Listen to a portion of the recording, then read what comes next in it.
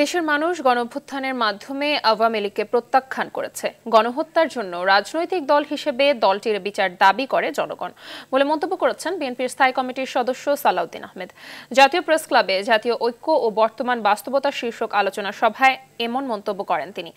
বলেন, শেখ হাসিনার দোসররা সরকারে ও প্রশাসনেও আছে, তাই সরকারের পক্ষে সফল হওয়া কঠিন। এ সময় তিনি আরো বলেন, দেশের গণতন্ত্র প্রতিষ্ঠা করতে মিডিয়ায় স্বাধীনতা নিশ্চিত করবে বিএনপি এবং বর্তমান গণতান্ত্রিক সরকার ব্যবস্থা ফিরিয়ে আনতে সবচেয়ে অগ্রাধিকার দেওয়া উচিত নির্বাচনকে।